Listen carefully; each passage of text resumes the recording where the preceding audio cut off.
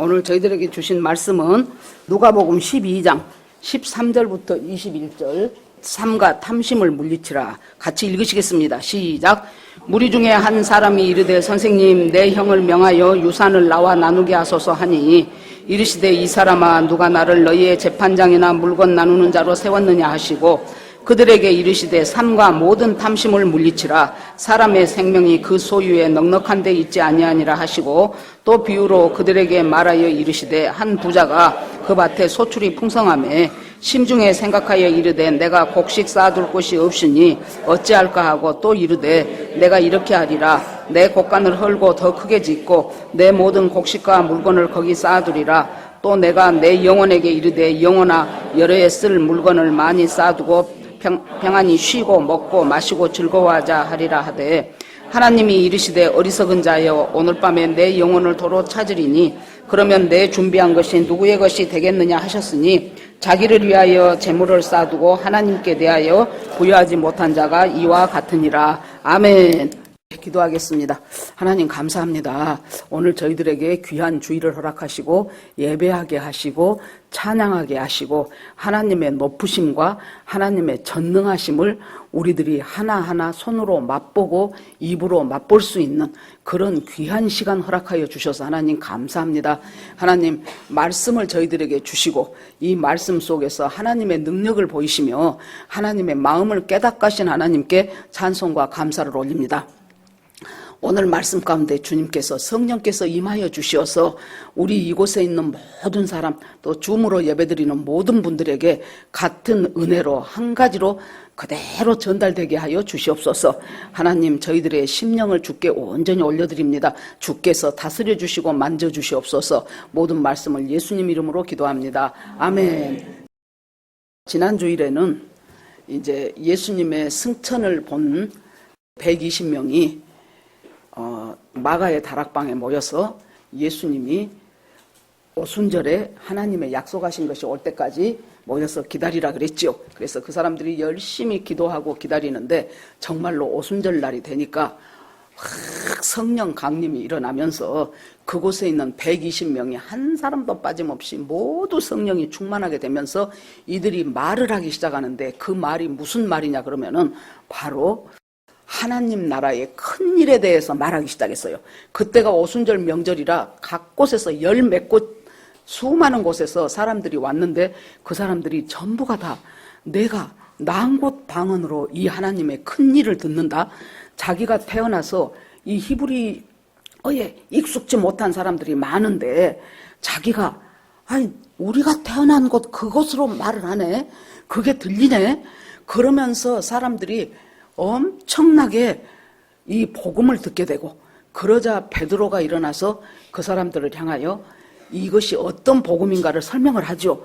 그래서 그때 3,000명이 예수 믿게 되고 그러고 나서 그 뒤로 놀라운 나에게 은과 금은 없어도 일어나 걸으라 하는 이런 기적들이 날마다 기적이요. 그 사람들은 어디 잠깐 나갔다 들어오면은 아이고 베드로 사도가 저 40년 동안 못 일어난 저 사람 그 미문에 앉았던 사람 있지? 알아. 그 사람 일어났단다. 그 사람이 일어나서 뛰고 찬송하고 성전 들어가고 그러면 또 그 다음날 가면은 또 뭔 일 있어요? 요한 사도가 저기 있던 저 눈 감은 사람 눈 못 뜬 사람 있지? 그 사람 눈 떴단다. 뭐 이런 일들이 비일비재하게 수없이 많은 이 기사와 이적이 사도들을 통하여 일어나고 거기에 남아있던 민간인들이 놀래가지고 어떻게 이런 일이 있냐? 어떻게 이런 일이 있냐? 그것이 지금 뭐예요? 교회가 시작된 것이에요. 그래서 그때부터 교회는 시작되었고 교회 시대는 성령 시대다 그렇게 말씀을 드렸어요. 그러면 여러분 예수 믿고 오늘 예수 믿고 그 자리에서 딱 죽으면은 우리가 천국이지요. 그런데 우리가 한참 더 살잖아요. 사는 날까지 살아야 되잖아요. 그러면 우리가 한 번 죽는 것은 정해진 일이요. 그 후에는 심판이 있으리니 그랬어요. 그러니까 세상 사람들이 다 한 번 죽는다는 것은 다 알아요. 그런데 뭘 몰라요? 그 후에는 심판이 있다는 것을 몰라요. 그렇기 때문에 나중에 진짜 심판이 있었네 할 때는 어디요? 지옥 가고 난 후요. 그때 깨달아서 뭐 하겠습니까?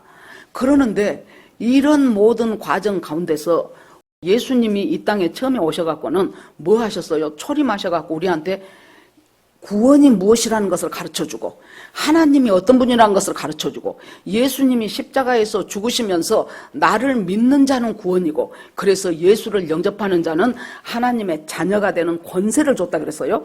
그러면 하나님의 자녀가 되는 권세라는 것이 무엇일까요? 이 성경 창세기부터 계시록까지 있는 모든 약속의 말씀을 내가 취할 수 있다는 것이 하나님의 권세예요. 이 약속대로 내가 살아갈 수 있는 능력을 부어주신다는 것이 성도의 권세예요. 그러면 그 과정 가운데서 우리가 해야 될 것이 무엇입니까? 성화되어야 돼요. 점점 예수님을 닮아가야 돼요. 그것이 주님이 우리한테 그 숙제를 내주고 가셨어요. 그래서 네가 숙제를 다 풀 때 되면 예수님이 다시 오셔요. 어떤 사람들은 이제 예수님 다시 오시겠네 죽어요. 그러면 그 숙제장 갖고 가는 거예요. 주님, 제가요 20살에 예수 믿기 시작해서 제가 70살에 지금 왔는데요.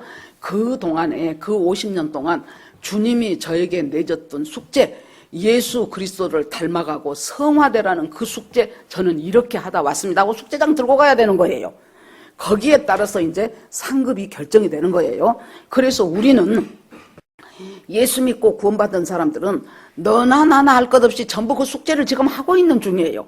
이 숙제를 잘하기 위해서 어느 대목에서 잘 가르치는 선생님은 어떤 분입니까?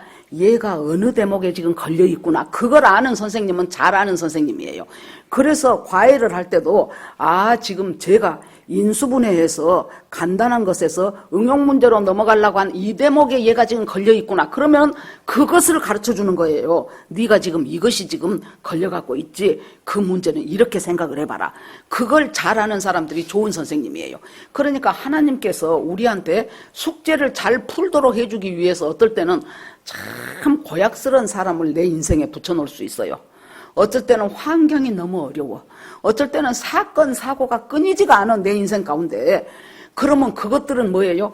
나를 주님이 주신 성화되라고 하는 이 숙제를 잘 풀어가도록 돕는 빨간 모자 쓴 훈련 조교라고 제가 그랬죠. 그 사람들이 옆에서 어떨 때는 내 환경이 너무 힘들어갖고 못 살겠어. 오늘 밤 잠자면서 차라리 내일 아침에 눈 안 떴으면 그런데 눈은 여전히 떠져. 아침에 눈 뜨지만 하나님 오늘 밤에 그냥 눈 감고 가고 싶어요. 그러는데 또 떠져.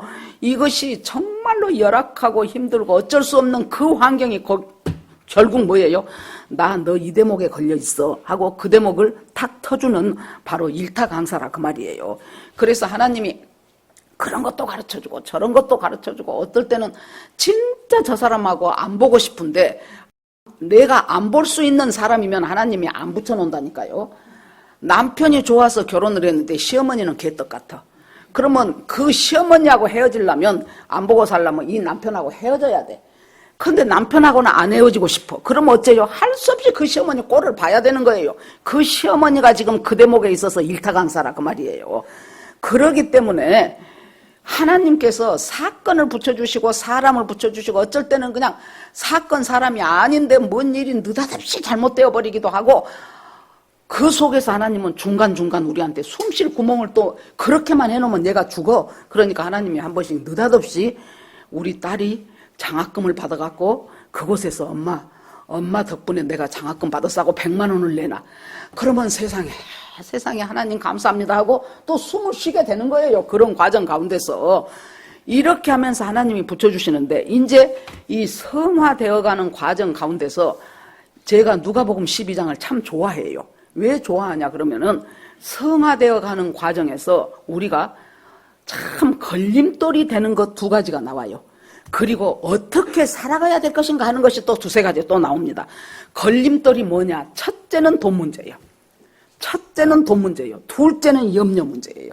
이 두 가지가 우리가 예수님을 닮아가려고 하면은 돈 문제, 재물 문제에 다 걸려 넘어지면은 한참 또 저 뒤로 쭉 물러가는 거예요.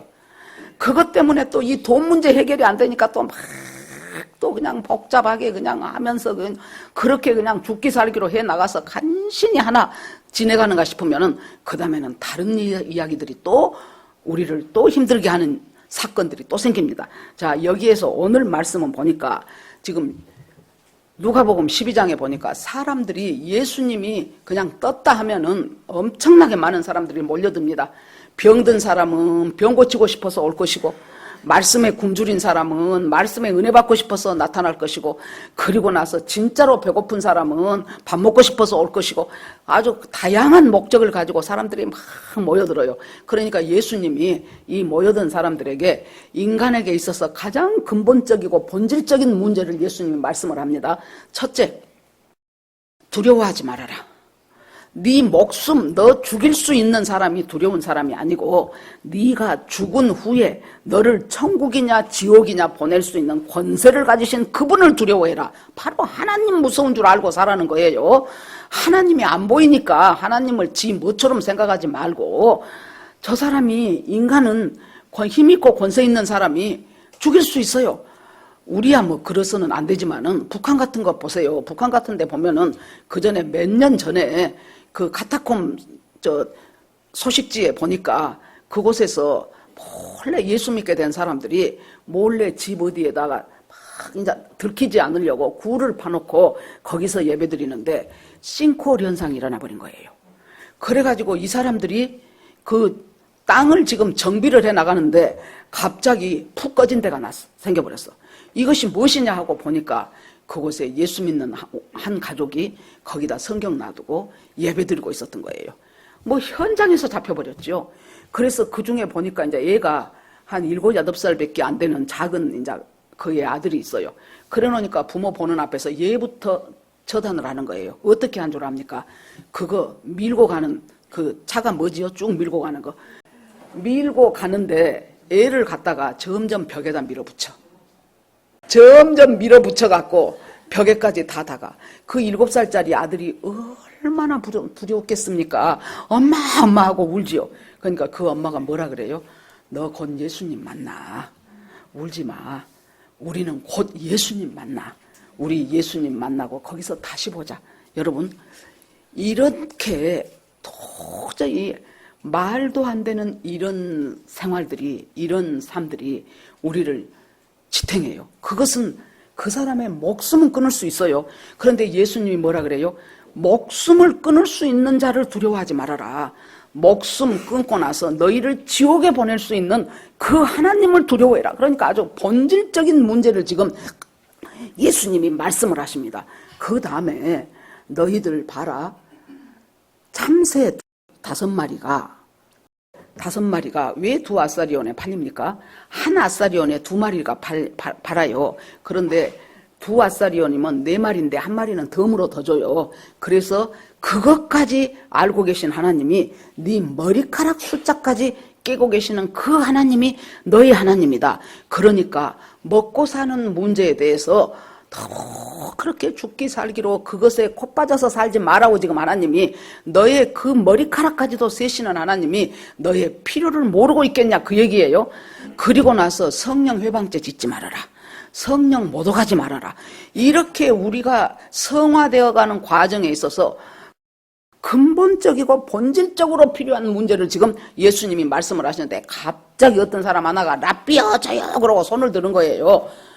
그래서 전부 다 너 왜 그러냐 그랬더니, 우리 형이요 내 유산을 다 가져갔는데요, 선생님 우리 형한테 명령해서 나한테 그 유산 다시 돌려주라고 하세요. 그러니까 이 사람은 지금 예수님 말씀을 들으면서 뭐 하고 있는 거예요? 한 개도 귀에 안 들어와. 한 개도 예수님의 그 기막힌 말씀이 귀에 안 들어오고 뭐만 지금 꽉 붙잡고 있는 것입니까? 우리 형이 내 유산까지도 뺏어가 버렸는데. 그러니까 여러분 다 알다시피 옛날 이스라엘에서는 이 장자를 대접하기 위해서 유산을 분배를 할 때, 자 예를 들어서 아버지가 10억이 있다고 칩시다. 지금으로 아들이 4명이요. 그러면은 4명 고르게 주면은 2억 5천씩 받게 되겠죠. 그런데 안 그래. 한 몫을 더해서 5명으로 나눠요. 5명으로 10억을 5명으로 나누면은 한 사람 앞에 2억이 되죠. 그러면 다른 애들은 다 나머지 셋은 2억씩 받아. 그러면 큰아들은 2억 받고 한 몫 남은 것 있죠. 그 한 몫 남은 것이 큰아들 것이 또 되는 거예요. 그러니까 2배가 돼요. 그러니까 이 장자가 그것 다 지껏 가져가 놓고도, 아버지가 돌아가신 후에 그랬을 거 아닙니까?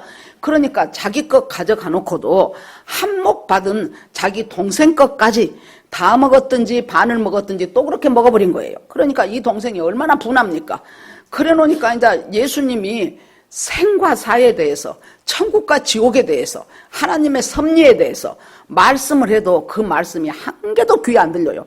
돈의 특징이 뭐예요? 여러분, 우리가 유산 몇 억은 던져버리고라도 한 1,000만 원을 누가 나한테 사기를 쳤다고 해봐요. 여러분, 잠 올 줄 압니까? 잠 안 와? 자다가도 벌떡 일어나. 아이고, 그 돈 가지면 내가 무엇을 할 수 있을 텐데 싶어갖고 한 1,000만 원만 내가 손해를 봤어도 잠이 안 온다니까요. 저것을 어떻게 해서 내가 기어이 저 1,000만 원을 내가 다시 뺏들어야 되는데, 그런데 유산이라 그러니까 한두 푼이 아니지 않겠습니까? 그걸 홀랑 지 것을 먹어본 이 형을 용서할 수가 없죠. 막 분노가 막 속에서 막 솟지요. 그런데 그런 경우에 이 유산 분배에 문제가 생기면은 그때 랍비를 찾아가 갖고 해결해 달라고 한 거예요. 중재를 해 달라고 해요. 그런데 자기가 보니까 예수님이 랍비 중에 랍비거든요. 아주 예수님 말씀 들으러 엄청난 사람들이 모여들지요. 막 기사 이적을 베풀죠. 하니까 저분이라면 이걸 공평하게 제대로 내 것을 찾아주겠구나. 그래서 뭐라 그래요? 선생님, 우리 형을 명령해서 선생님께서 우리 형이 먹어버린 그 유산을 선생님 나한테 좀 되돌려 주소서. 그러니까 예수님이 너무도 아이고 그랬냐, 네 형 나쁘다 그러지 않고 거기서 아주 날카롭게 잘라버려요. 누가 나를 니들 재산 나누는 재판관이나 중재자로 세웠느냐? 그러면서 삼가 탐심을 주의하라. 사람의 생명이 탐심의 그 소유에 있지 않느니라. 그렇게 말씀을 탁 하셔버려요. 여기서 이제 우리가 여기서부터 살펴봅시다. 자, 삼가 탐심을 주의하라. 탐심은 물론 돈 욕심이지요. 재물 욕심이지요. 그런데 우리가 조금 범위를 크게 생각해 봅시다. 자, 우리는 현재 내가 이 자리에 오기까지 많은 수고들을 하면서 살았어요. 대학생인 청년들한테 물어보십시오. 초, 중, 고 전부 12년 동안 열심히 학교 다니고 열심히 숙제하고 열심히 공부하고 그렇게 해가지고 대학생이 된 거예요. 자, 현재의 내가 있죠.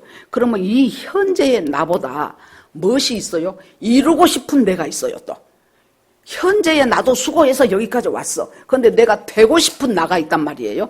현재의 나와 되고 싶은 나와의 격차가 있죠. 이 격차를 누구나 인간은 메꾸고 싶지요. 그런데 그걸 메꿔가는 과정 가운데서 이 욕망이 너무 크기 때문에 이것을 메꿔가는 과정 가운데서 하나님은 쏙 빼버리는 거예요. 하나님은 언제만 필요해요? 이 욕망을 메꿔가는데 내가 좀 능력이 부족하니까 그때 잠깐 도와줄 때만 필요한 분을 하나님으로 생각해요. 그리고 나는 이 현재의 나와 되고 싶은 나 사이를 그 욕망을 메꾸기 위해서 하나님과 상관없이 나는 있는 힘을 다해서 그 욕망을 메꾸기 위해서 살아가는 그 모든 과정을 우리가 탐욕으로 봐야 된다고 말이에요. 어떤 사람은 명예가 그렇게 귀할 수가 있어요. 되게 또 사람들 가운데 나는 돈 욕심은 별로 없어요. 그냥 자 여러분 물어봅시다. 제가 여러분들의 재산 상태를 모르는데 한 5억이 있다고 쳐봐요. 집값까지 뭐까지 다 해서. 이 5억 있는 사람 보고 5억 정도 있으니 당신 그냥 그 정도면 만족하시죠? 그러면은 만족하다고 할 사람 하나도 없어요. 그것이 아니고요. 나는 큰 욕심은 없는데요. 지금 우리 아들하고 딸이 결혼할 때가 다가오는데 그래도 전셋거리 정도는 마련해 줘야지. 요새 애들이 대학 졸업하고 직장 가봐야 언제 저들이 돈 벌어갖고 집 해결합니까? 그 정도는 해줘야 되니까 나는 그 정도만 있으면 되지 나는 큰 욕심은 없어요. 여러분 그 사람한테는 그것이 큰 욕심인 거예요. 10억, 20억, 100억은 안 구해. 왜? 자기가 구해봤자 오도 안 하니까. 그것은 구하지도 못해. 그 정도만 있으면 된다고 생각해요. 그러니까 그 사람은 한 10억 정도면 될 것 같다라는 생각을 하는 거예요. 10억 있는 사람한테 물어보세요. 그러면 그 사람 이 정도면 만족합니다. 아니에요. 나는 만족합니다. 나는 괜찮은데요. 우리 자식이 느닷없이 미국에 공부를 하러 간다고 하는데 그거 석사과정, 박사과정 밟으려면 못해도 5년에서 10년 가까운 세월을 흐를 텐데 그때 그것도 아이비리그 사립대학을 들어갔다고 해봐요. 그러면은 그 돈이 1년에 1억은 아무것도 아니에요. 그러니까 걔 졸업하고 학위 받도록까지 필요한 그 정도의 돈만 내가 있었으면 좋겠습니다. 전부가 다 여기 보니까 삼가 모든 탐심을 물리치라 그랬어요. 모든 탐심이라고 복수라니까요. 복수? 탐심이 한계가 아니에요. 어떤 사람은 자식 욕심, 어떤 사람은 미모 욕심, 어떤 사람은 돈 욕심, 성공 욕심, 온갖 종류의 욕심들을 물리치라는 거예요. 아까 제가 말했던 것처럼 이 탐심이라는 것이 뭐예요? 지금의 나와 되고 싶은 나, 그동안의 격차가 그 사이에 많아요. 그 격차를 메꿔야 되겠다는 강한 욕망, 모든 것이 탐심이에요. 단순히 돈 좋아한 것만 탐심은 아니라 그 말이에요. 그 탐심을 물리치라. 그러면서 그 다음에 굉장히 중요한 단어 하나가 나옵니다. 삼가 사람의 생명이 소유에 넉넉한 데 있지 않는 것이다. 탐심과 생명과는 극에서 극이라는 거예요.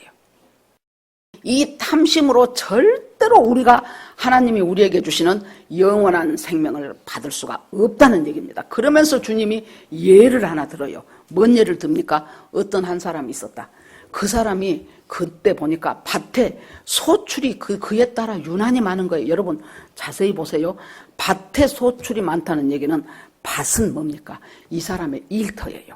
이 사람이 로또 당첨되어서 20억, 30억 받은 것이 아니에요. 이 사람은 아버지 유산 받아서 20억 받은 사람이 아니에요. 밭에 소출이 많았어요. 자기의 일터에서 남보다 더 열심히 일했어요. 있는 힘을 다해서 남보다 더 일찍 일어나고 남보다 늦게 자고 그러면서도 어떻게 종자개량은 어떻게 할 것인가 생각해보고 판로는 어떻게 개척할까 자기로서 온갖 애를 다 써서 엄청난 수확량을 갖게 됐어요. 여러분 이것이 이 사람 잘못입니까? 너무나 성실한 사람이죠. 잘못 아닙니다. 그 다음에 소출이 너무 많으니까 그 다음에 뭐 한 거예요? 지금 있는 창고가 너무 적어. 여기다 다 못 쌓겠네? 그럼 어떻게 해요? 이것을 헐고 창고를 크게 짓자. 이 많은 소출을 쌓을 수 있도록. 그렇게 가서 그것을 헐고 창고를 크게 지었어요. 이 사람이 지금 문제를 하나씩 살펴봅시다. 첫째, 버는 데에 있어서는 온갖 노력을 다했어. 아침 일찍 일어나고 저녁 늦게 자고 종자개령하고 발로 개척하고 남들 안 할 때 자기는 퇴비 만들어서 거름 주고 병충해 잡기 위해서 농약하고 뭐 있는 힘을 다했어요. 그런데 이 사람은 뭘 할 줄을 몰랐어요. 그 수확을 갖다가 어떻게 사용할 것인가에 대한 생각은 전혀 없었어요. 우리가 재물을 보는 관점이 두 가지라고 합니다. 하나는 거울이고 하나는 창문이에요. 거울로 재물을 보는 사람은 어떻게 봐요? 거울을 딱, 자, 이것이 거울이요. 거울을 딱 보면 내가 보이죠. 그러니까 재물에 대한 관점을 거울로 보면은 이 재물을 내가 보이니까 내가 그동안 얼마나 수고했어. 내가 얼마나 노력했어. 내가 아무것도 없는 가난한 시골에서 태어나서 얼마나 허리띠 졸라매 가면서 죽기 살기로 투잡 쓰리잡 뛰어가면서 나 정말로 삼각김밥 하나씩 먹으면서 라면 하나도 반tum씩 쪼개가면서 내가 해먹으면서 내가 이 돈을 모았어. 뭐만 보입니까? 내 수고, 내 노력, 내 고생한 것. 그렇게 그 관점으로 딱 재물을 보니까 재물이 어째요? 이것은 내가 수고하고 노력한 결실이기 때문에 내 마음대로 쓸 수 있어. 내 뜻대로 써야 돼. 나의 만족을 위해서 이것은 사용해야 돼. 그것이 거울을 통해서 보는 재물관이에요. 그러면 반대로 창문을 통해서 보는 재물관은, 자, 창문으로 봐요. 우리 집이 15층이어가지고 앞에 보면은 막 요새 엊그저께 꽃피더니 이제는 그냥 산들의 나무가 막 엄청나게 새파랗게 우거졌죠. 한 번씩 막 설교 준비하다가도 아니면은 성경 읽다가도 한 번씩 가가지고 거기를 보면서 하나님, 아이고 참 저 푸른색들이 너무 좋습니다. 그러고 그러면 목사님 지금 엄청 좋은 것 같다. 아니에요. 제가 좋게 말하는 거예요. 또 처음에 이사 오니까 제일 좋은 것이 뭐냐 그러면은 하늘이 높더라고. 높으니까요. 하늘이 넓게 보이니까 하늘 넓은 것이 얼마나 좋은지 몰라요. 이금자 집사님 집을 갔더니 이제 간지 오래됐죠. 이제 한번 우리 올해 또 갈까요? 이금자 집사님 집을 가니까 얼마나 앞이 좋은지요, 여러분. 산이 작은 산 있고 그 뒤에 조금 산 있고 또 산 있고 또 산 있고 아이고 그 저 양쪽으로 개울이 찰찰찰찰찰 집 안으로 흘렀는데 그거 복개공사 해버렸죠. 안 했어요? 얼마나 좋은지 몰라. 산에서 내려온 물이 막 양쪽으로 막 계곡 물이 막 집 안이요. 집 안에서 찰찰찰찰찰찰찰 흘러내려가는데 여러분 그래서 이 자연은 우리가 사람을 참 하나님이 힐링하게 만들어주는 거잖아요.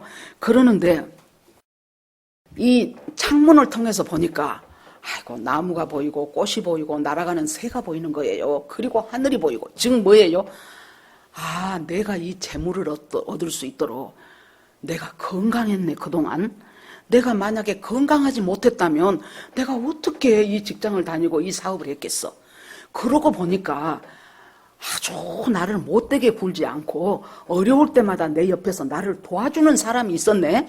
그때 그 사람이 그걸 안 가르쳐주고 안 도와줬더라면 내가 참 힘들 뻔했는데 나를 돕는 사람이 있었구나. 그러고 보니까 이제 또 뭐예요? 내가 별것 아니게 조금 투자했는데 그곳에서 상당히 많은 이득이 생겼네. 그러니까 창문을 통해서 보면은 내가 재물을 얻을 수 있도록 다 돕는 사람도 있었고 건강도 주셨고 그 다음에 투자할 수 있는 지혜도 주시고 이 모든 것들이 생각해 보니까 하나님 은혜였네 이렇게 된단 말이에요.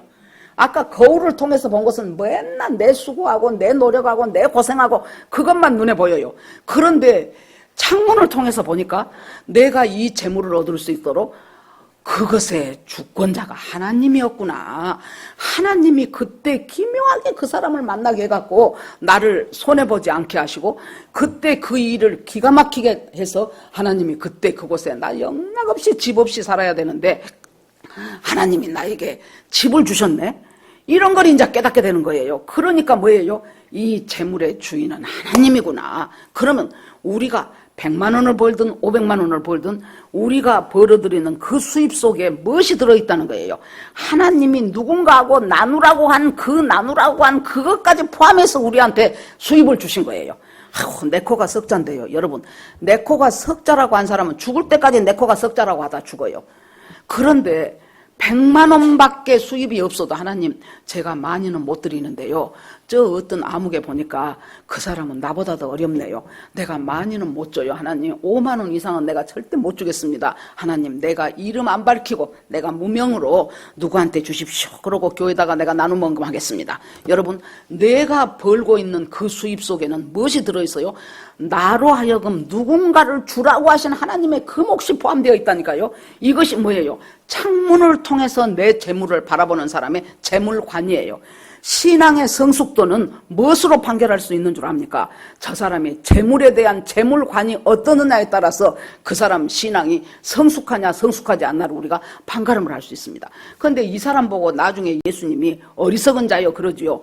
왜 어리석은가를 우리가 볼까요? 첫째, 아까 말한 것처럼 벌 수 있는 능력은 있었는데 어떻게 써야 될 것인가는 생각을 못했어요. 둘째, 그래서 창고를 크게 지었다 그랬어요. 창고를 크게 지은다는 것은 뭡니까? 그러나 이 사람이 잘못한 것은 뭐예요? 이 세상에 있는 창고가 안전한 창고는 하나도 없어요. 이 사람은 창고 크게 지으면 내 소유물을 그대로 가득 쌓아놓을 수 있다고 안전한 곳이라고 생각했는데 이 세상에는 안전한 창고가 없어요. 예를 들어 볼게요.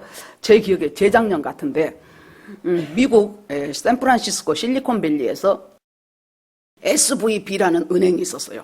실리콘밸리에 있는 IT 기업 산업 전부 다 그 은행에 돈 넣고 돈 빼고 그렇게 하는 곳이에요. 갑자기 이 은행에 부도 사태가 나버렸어요. 어떻게 된 것인가? 여러분 조금 기억하신 분들은 기억하실 거예요. 어떻게 됐냐? 이 은행에서 자기들은 이제 예금자가 예금을 해요. 그러면 그거 가만히 은행에 넣어놓습니까? 아니요. 자기들도 자기 나름대로 투자를 하는 거예요. 그래서 가장 안전하다고 생각하는 미국의 국채를 자기들의 은행의 자산의 50%를 갖다가 미국의 국채를 샀어요. 그런데 미국의 금리 올라가네 그런 소리 많이 들으셨죠?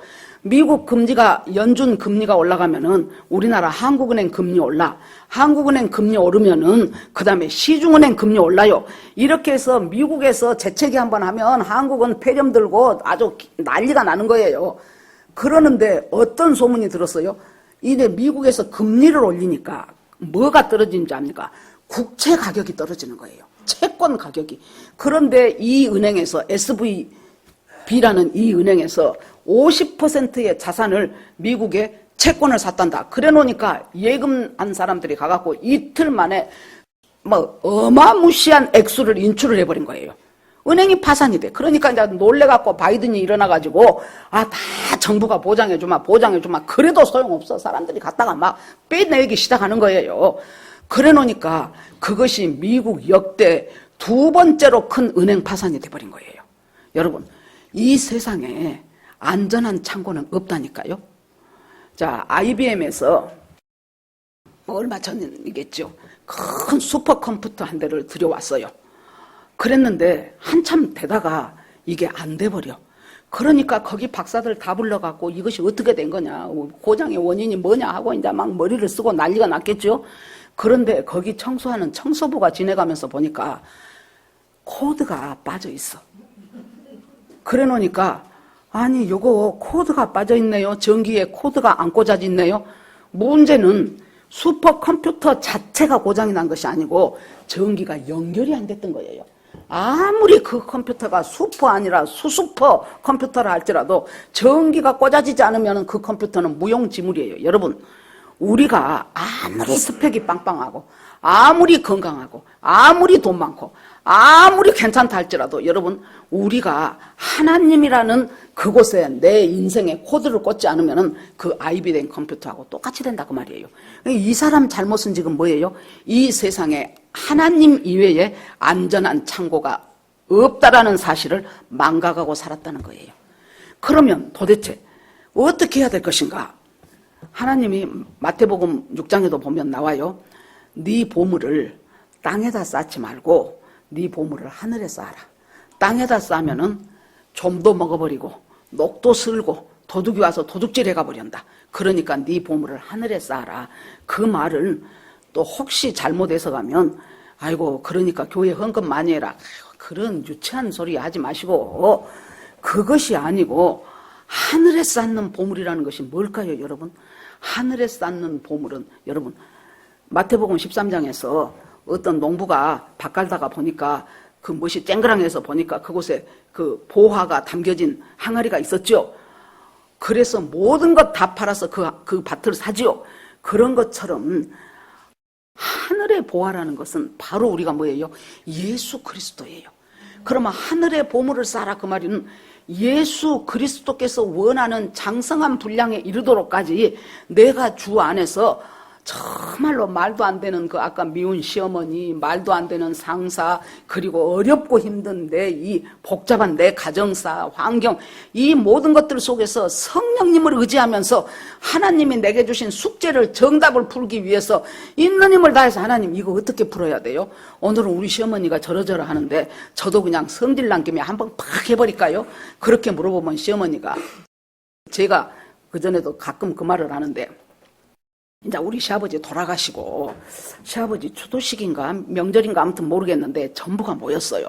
그러니까 이제 부엌에서는 이제 우리 형님 집에 모였는데 부엌에서는 여자들이 이제 뭐 웃고 뭐 하고 하면서 뭐 자네 이거 간 좀 봐봐 이것은 좀 짜네 그럼 어떡할까요 하고 이제 뭐 여자들은 음식 만드느라고 정신없고 남자들은 이제 남자들끼리는 원래 그러잖아요. 여기서 뭐 맛있는 거 해놓으면은 갔다가 전 좀 더 갖고 와봐라 그러게 하고 이제 그거 먹고 이제 또 이제 우리 시댁은 이제 여수 그쪽이기 때문에 이제 남자들이 뭐 하러 가냐 저기 횟감 사러 가요. 그래갖고 이제 회 갖고 와. 그러면 이제 우리 바로 위에 시숙님이 착 아주 날카로운 칼을 갖고 막 착착착착착 또 잘하셔요. 그렇게 하면 이제 그것 갖고 또 무쳐 먹고 또 웃고 이야기하고. 그러니까 남자들은 주로 하는 이야기가 뭐 네 이번에 차 산 거 그거 연비 어떻게 되디? 뭐 그런 소리. 너 종합소득세 뭐 얼마 나왔냐? 뭐 그런 소리. 이 뭐 그런 거 저런 거. 그러는데 이제 소파가 조르르하니 있는데요. 제일 끝에 베란다 옆에 제일 끝에 우리 어머니 혼자 다 이렇게 앉아 계시는 거예요. 늙은 어머니가 흰머리 어머니가. 그런데 아무도 어머니한테 관심이 없더구만. 남자들은 남자들끼리 텔레비 보고 뭐 네 연비 어떻게 되냐 그러면 그 차는 뭐 캐피탈로 했냐 아니면은 뭐 현금 줬냐 뭐 그런 소리들이요. 여자들은 뭐 이거 자네 간 봐봐 이거 떡은 어쩐가 그것은 언제 온가 여자들은 또 그 소리하고 아무도 관심이 없어. 아무도 관심이. 우리 어머니가 뭐 하고 있냐 다 그 의자 제일 가에 앉아갖고 그때 이 세타를 입고 있었는데요. 그 세타에 있는 보풀액이 하나씩 뜯고 있더라고.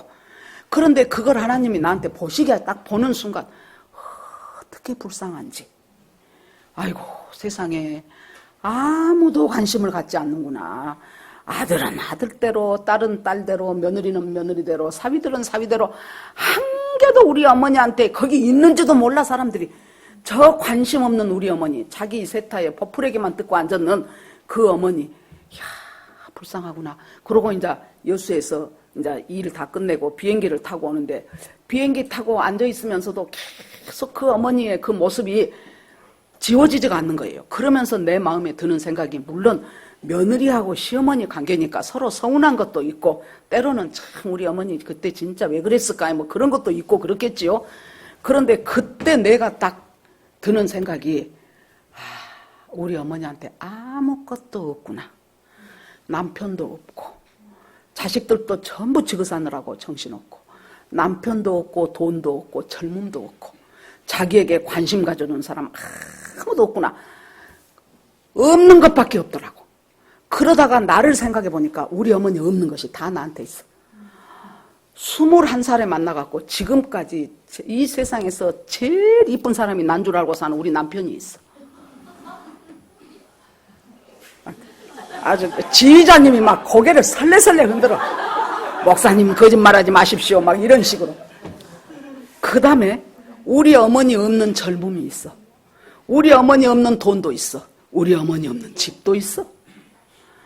이야, 그렇다면 내가 과거에 우리 어머니가 나한테 섭섭하게 했다는 그것을 갖고, 그 서운한 마음을 내가 갖고 있다면 하나님이 나한테 되게 나쁜 년 그러겠구나 싶더라니까. 그러겠구나. 그때 내가 비행기 타고 오면서 다 없어져. 여러분, 늙어가고 없어져가는 부모들이 계속 지금처럼 있으리라고 생각하지 마세요. 언제 어느 날 어떻게 연기처럼 사라져버려. 그분들이 그때 가서 내가 그렇게까지 심하게 안 했어도 되는데, 내가 그렇게까지 독한 말 안 했어도 되는데, 그렇게 해서 내가 왜 우리 어머니 우리 아버지의 가슴에 그렇게 상처 주는 말을 했을까. 여러분, 말로 한 건 말로 풀기 시작하십시오. 엄마, 내가 참 그때는 잘못했어. 그러면서 용서해 주시오. 그러면은 부모는 다 풀려버려. 엄청난 죄를 지었더라도 그거 다 풀어지는 것이, 그렇게 속가지 없는 사람들이 또 부모잖아요. 이 사람이 뭘 생각한 거예요?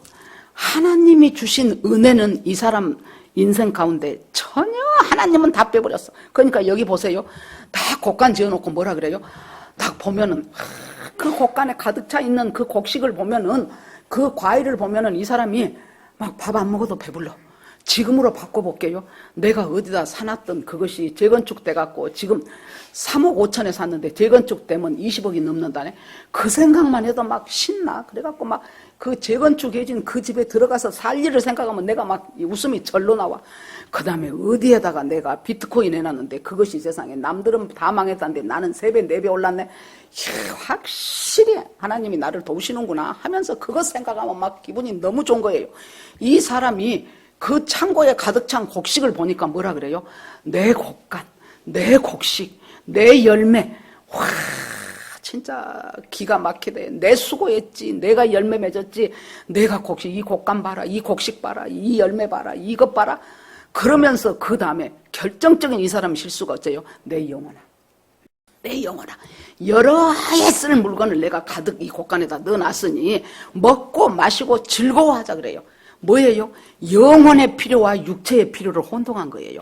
먹고 마시고 즐거워하는 것은 육신이요, 육신. 육체가 먹으면 기분 좋고 마시면 배부르고 하는 것이지, 우리 영혼이 무슨 놈은 먹고 마시고 즐거워할 수가 있겠습니까? 영혼의 필요는 따로 있어요. 영혼의 필요와 육신의 필요를 혼동해버린 것이 이 사람의 두 번째 어리석은 이야기다, 그 말이에요. 여러분, 우리가 그저께까지 신명기 쭉 큐티를 했습니다.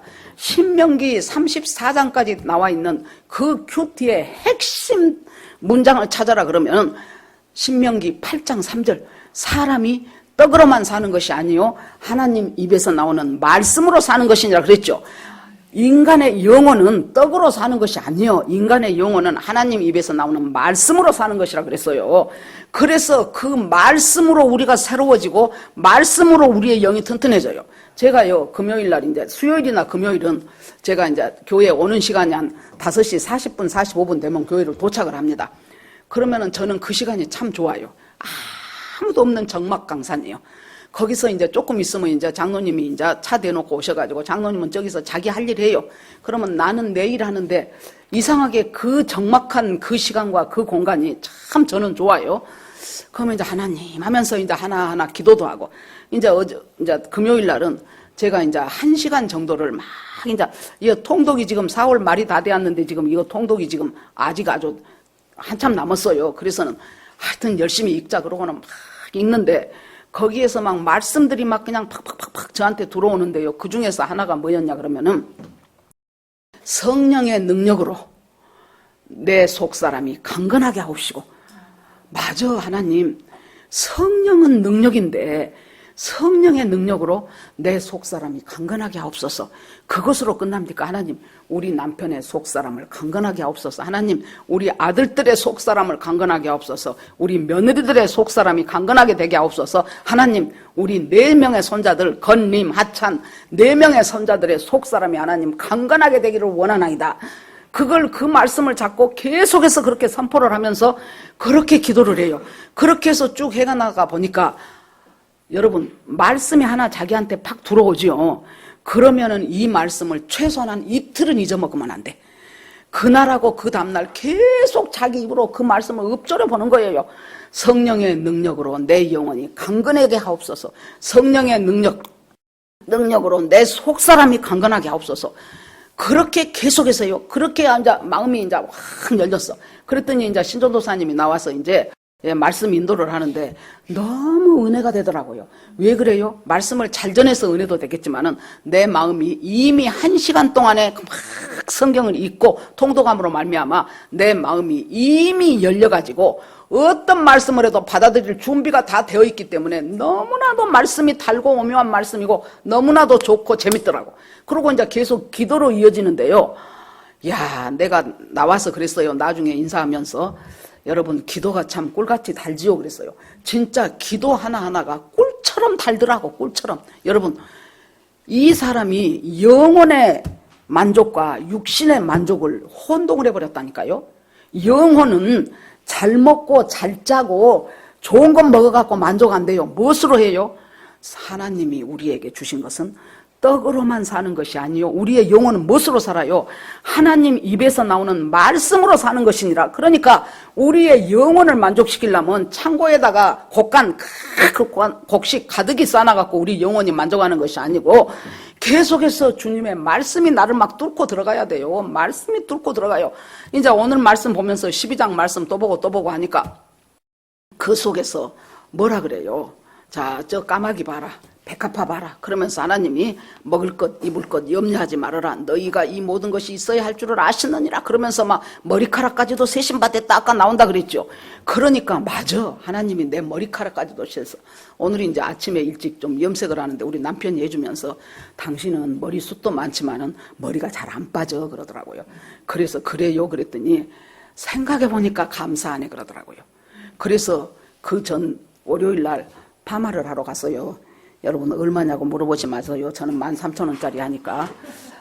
파마를 하러 갔더니 할머니들이 몇 명이 앉았어. 그래서 내가 이제 저 중화제 바르고 뒤집어 쓰고 있다가 머리 감고 나왔더니 아이고 세상에 머리숱이 저렇게 많다.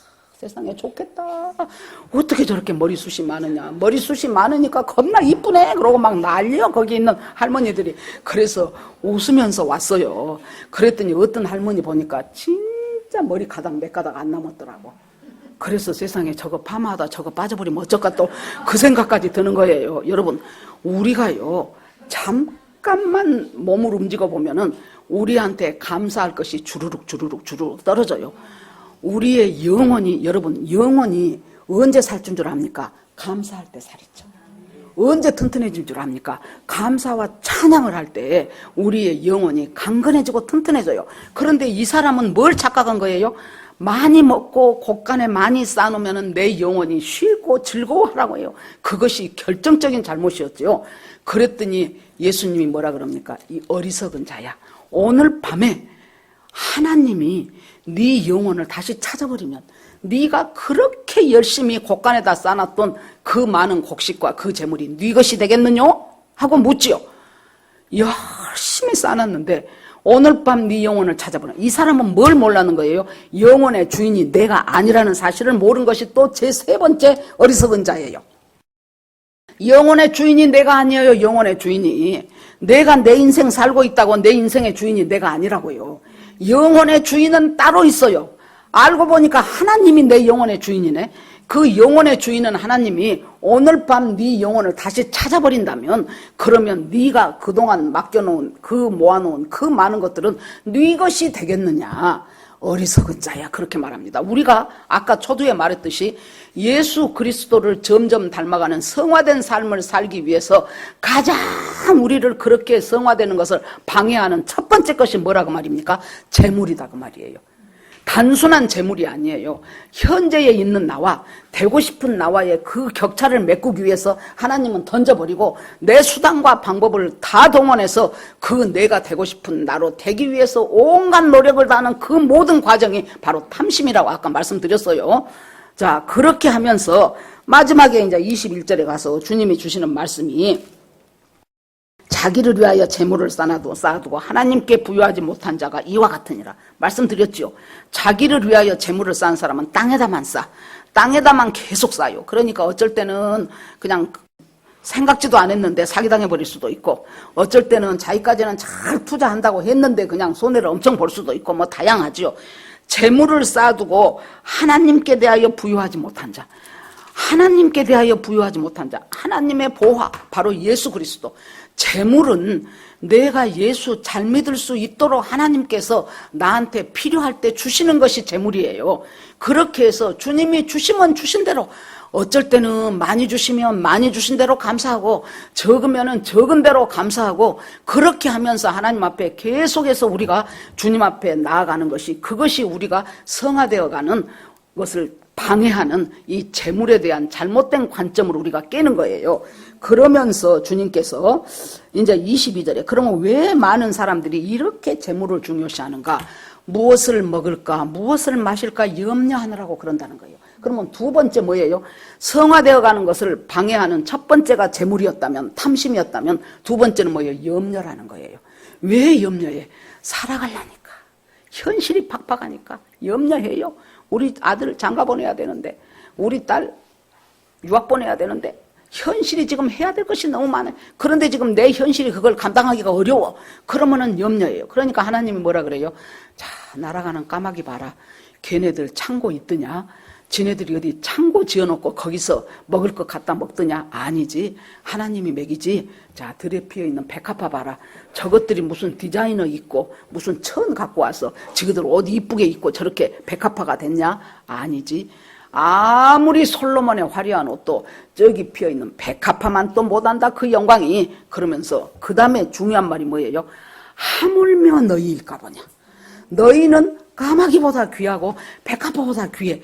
하물며, 여기서 중요한 키 센텐스가 뭐겠어요? 하물며 너희일까 보냐. 하나님이 내가 너를 아무려면 까마귀만큼도 못하게 사랑하겠냐? 금방 있다가 시들어버린 백합화만 또 못하게 내가 너희들을 그렇게 내가 취급하겠냐? 하물며 너희일까 보냐. 뭐 때문에 그토록 염려가 많고 그토록 근심이 많고 그토록 두려워하느냐. 그것은 나한테 맡겨라. 내일 일을 염려하지 말라. 오늘 염려는 오늘 하루에 족하니라. 그 말은 뭐예요? 내일은 내 날이 아니라는 얘기예요. 내일은 하나님 날이에요. 하나님 날이니까 하나님 앞에 맡겨버려. 하나님 날이라는데 뭐. 그러고 나는 오늘 하나님이 오늘 살 수 있게 나한테 주신 것들은 오늘 살아요. 오늘 살 수 있는 일용한 양식 줬어요. 오늘 살 수 있는 건강 줬어요. 오늘 나와가 함께하고 있은 하나님께서 나에게 주신 오늘 살면 내일은 하나님이 또 내일의 나를 또 만들어 가셔요. 그래서 두려워하지 말고 염려하지 마라. 그래서 재물 문제하고 두려워하고 염려하는 문제가 우리를 하나님 앞에 가기 위한 성화되는 과정을 방해하는 과정이에요. 그러면 이제 그 다음에 예수님이 뭘 얘기하신 줄 압니까? 인자가 언제 올지 모른다. 그러니 너희들이 깨어서 준비해라. 이렇게 살다 보면 정신없이 사는데 예수님은 반드시 다시 오신다고 했다. 그런데 언제 올지를 몰라. 그러니까 다시 오실 예수님을 항상 생각하면서 깨어서 준비하고 기도하는 자가 되어라. 그것을 주님께서 이제 적극적으로 하지 말으라가 아니고 뭘 해야 될 것인가? 바로 하나님께서 우리에게 주시는 것이 인자가 도둑같이 온다. 뭐 그 말이 얼마나 많이 나옵니까? 인자가 도둑같이 온다. 언제 될지 모른다. 징조를 알아서 분별해라. 뭐 이런 말들을 하시면서 항상 깨어서 예수님 올 것을 기다려라.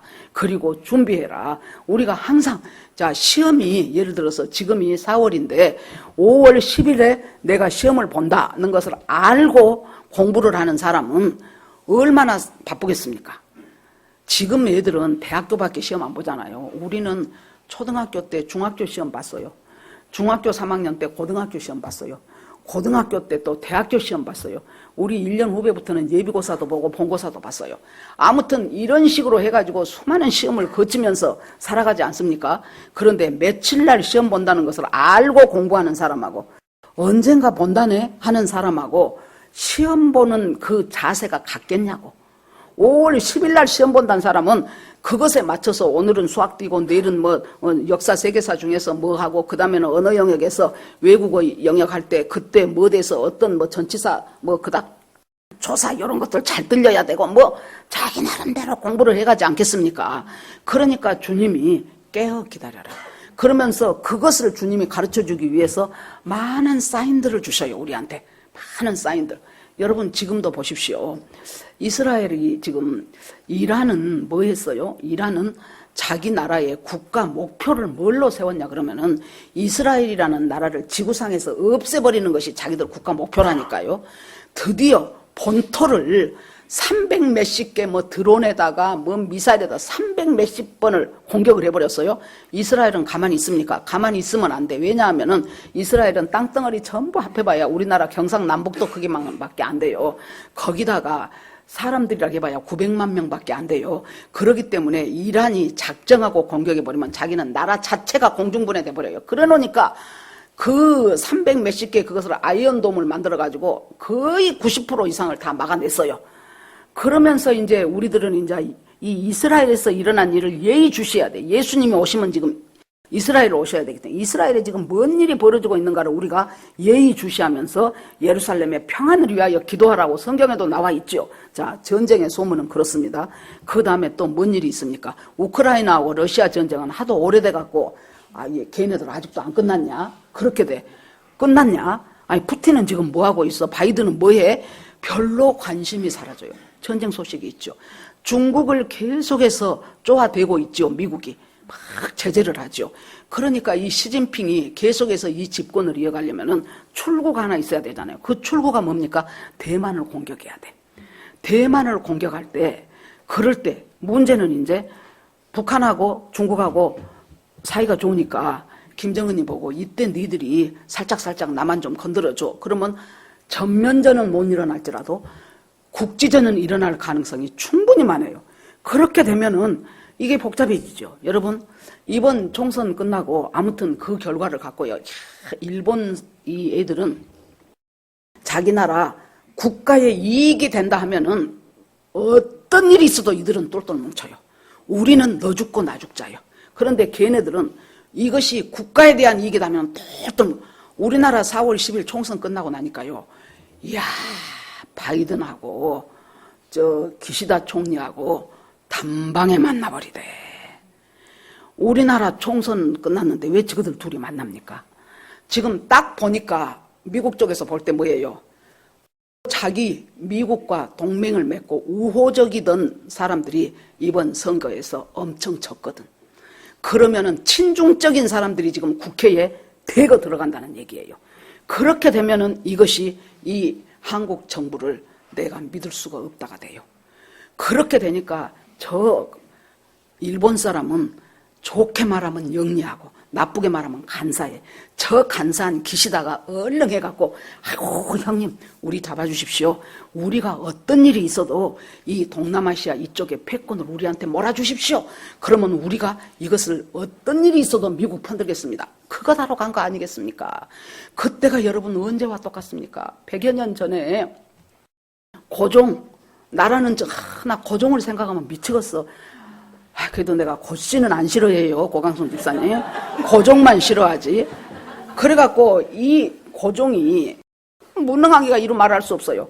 그때 이제 그 당시에 세계 패권을 누가 잡고 있었습니까? 영국이 잡고 있었잖아요. 미국은 아직 좀 떨어졌어요. 그때는. 영국이 잡고 있는데 영국이 지금 조심스러운 것이 뭐예요? 러시아가 남하하는 것을 막아내야 돼. 영국은. 어쩌든지 러시아가 남아있어 그 세력을 키우는 것을 원치 않아. 그러는데 가만히 보니까 이제 우리나라는 어쩐 거예요? 일본이 우리나라를 차지하면서 민비를 시해를 했어. 민비가 죽었어요. 그러니까 고종이 민비가 죽고 나니까 자기도 언제 죽을지 모르겠죠. 그러니까 그 조정 안에 러시아하고 친해야 됩니다 하는 친러파도 있고 일본하고 친해야 됩니다는 친일파도 있고 그렇겠죠. 그래 놓으니까 친러파인 사람이 폐하. 이대로 가다가는 폐하의 목숨이 위태롭습니다. 임시 피하시옵소서 하고 어디로 피했어요? 러시아 공사관으로 피한 거예요. 러시아 공사관으로. 그때 영국어로 피해야 되는데 러시아 공사관으로 피한 것을 우리가 뭐라 그래요? 아관 파천 그러잖아요. 그러니까 영국이 딱 볼 때 저것들이 왕이 러시아 공사관으로 피했어?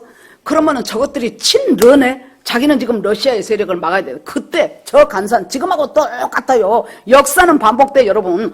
저 간사한 일본이 뭐라 그래요? 우리한테 맡기십시오. 우리한테 맡겨주면은 우리가 이쪽 이하 한반도부터 시작해가지고 그때 이 절대로 러시아 못 내려오도록 우리한테 맡기시오. 그러니까 그래라 했더니 중국하고 전쟁에서 청일전쟁 이겨먹었죠.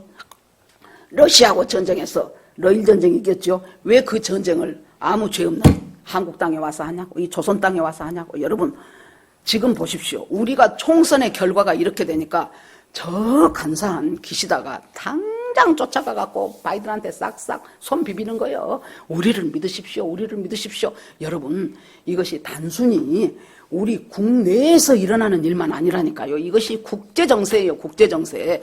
나라가 살아나야 되지 않겠습니까? 자, 이제 말이 옆으로 잠깐 샜어요.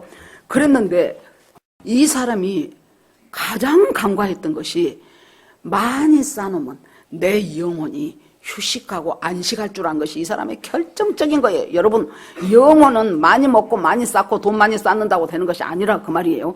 그러면서 결국에 와서 왜 이렇게 많이 쌓으려 그래요? 먹고 살아가고 나 살아가는데 염려거리가 있기 때문에 필요하다고 생각하기 때문에 더 쌓고 더 쌓고 더 쌓고 그러니까 두려워하지 말라고 주님이 말씀하시고 그 다음에 뭐예요? 깨어서 준비해라. 예수님 곧 오신다. 깨어서 준비해라. 그리고 나서 주님이 하신 말씀이 너희가 저 서쪽에서 지중해 쪽에서 쏙 하고 구름이 뜨면은 아이고 오늘 소나기 올란가 봐. 그러고 그 다음에 저 밑에 네게부 사막 있는 쪽에서 더운 바람이 쑥 불어오면은 이제부터 건기가 시작되면서 더운 여름이 오구나. 이렇게 천기는 잘 구분하면서 어찌하여 이 시대의 징조는 분별을 못하느냐는 거예요. 여러분 생각을 해보십시오. 이 국가적인 차원에서도 지금 나 혼자 농사 지어갖고 먹고 살던 시대가 아니잖아요. 지금은 이 국제 정세 가운데서 각 나라 간의 이해가 상관이 아주 이것이 엄청 얽히고 설키고 한 속에서 우리나라처럼 큰 자원 없는 사람들이 수출해야 되고 뭐 돼야 되고 하면서 살아가야 될 이 우리나라가 처해 있는 상황이 어떤가를 보면서 어떻게 살아야 우리나라가 살 것인가를 생각해야지 단순히 그냥 나는 그냥 저쪽 사람이요. 나는 그냥 아무개가 좋아. 난 그냥 대가리가 깨져도 나는 누구요? 이런 것들을 적어도 예수를 믿는 사람이라면 거기서 좀 벗어나야 되지 않겠습니까? 제가 전라도 사람인 것이 다행이요. 제가 전라남도 장흥군 장흥 남동 24번지 출신이잖아요. 여러분 예수 믿었다는 것은 돌파하기 힘든 것을 돌파해내는 능력이에요. 나는 기어이 이렇게 살 거야. 그러시면 하나님이 나중에 숙제장 갖고 딱 가면 하나님이 자 그거 숙제장 너 틀렸어 그럴 거 아닙니까? 주님이 내준 숙제 이제 다시 재림하셔서 채점표 갖고 오시는 그 주님 앞에 내 인생 전체를 통해서 나에게 주님이 내준 숙제 무엇으로 풀어요? 성령님. 우리한테 그래서 보혜사 옆에서 너를 도우시는 성령을 주셨다고 했잖아요. 그 성령님의 일타 강사를 통해서 그 성령님께 하나하나 물으면서 내 생각 내려놓고 그렇게 하면서 그 주님 주신 숙제를 잘 풀어서 나중에 주님 나라 갈 때까지 우리가 정말로 이 인생의 여정 가운데서 성화되는 과정 가운데서 장애물들은 제거하고 주님이 하라고 하신 것은 적극적으로 하면서 주님 나라 갈 때 주님 오셨을 때 착하고 충성된 종아, 네가 이 세상에서 그것들을 헤쳐나오고 살려면서 네가 참 애썼구나. 착하고 충성된 종아, 네가 나의 잔치에 참여해라 하는 그 말을 듣고 주님과 할렐루야 하면서 아니 평생을 예수 믿었다면서 나중에 주님이 나는 너를 도무지 모르노라 그렇게 되면 어떡하냐고. 착하고 충성된 종아, 네가 가지고 있는 그 달란트 있는 힘을 다해서 남겨가지고 내 나라의 확장을 위해서 네가 애쓰다 왔구나. 내가 그동안 네가 흘렸던 그 눈물을 내가 안다. 내가 그동안 그 고생했던 그 수고와 땀을 내가 안다 하면서 사랑하는 딸아 사랑하는 아들아 하는 그 주님의 품에 안기는 그것을 우리가 거기까지 가야 우리가 인생이 하나님 안에서 그때 비로소 우리 이 세상의 일들은 끝나는 것입니다. 거기에서 정말로 칭찬받고 거기에서 주님의 품에 안기고 거기서 주님에게 참 네 수고를 내가 한다는 그 말을 그냥 대충 살지 맙시다. 우리 그 말을 듣는 저와 여러분이 되기를 주의 이름으로 축원합니다. 아멘. 자, 이 시간 말씀 들으면서 내 마음에 와 닿았다는 그 말씀을 주여 한번 부르고 같이 기도합니다. 주여! 하나님 은혜를 감사드립니다. 우리가 주님 나라 갈 때까지 가는 여정 가운데서 우리한테 가장 큰 방해물이 재물이고 탐심입니다. 이 탐심을 그때마다 하나님의 손에 옮겨 놓으면서 여기에서 승리하고, 탐심은 우상 숭배니라 하신 하나님의 말씀처럼 아버지 우리의 우상을 전부 다 예수 그리스도의 이름으로 깨고 승리하는 저희들이 되기를 원합니다. 하나님 깨어서 준비하라고 하셨고 시대를 분별하라고 하셨고 재림을 소망하면서 준비하라고 하신 하나님, 그렇게 살다가 정말로 주님 만나고 싶습니다. 하나님 그렇게 살다가 오직 주님과 동행하는 삶 살게 하여 주시옵소서. 예수님 이름으로 기도합니다. 아멘.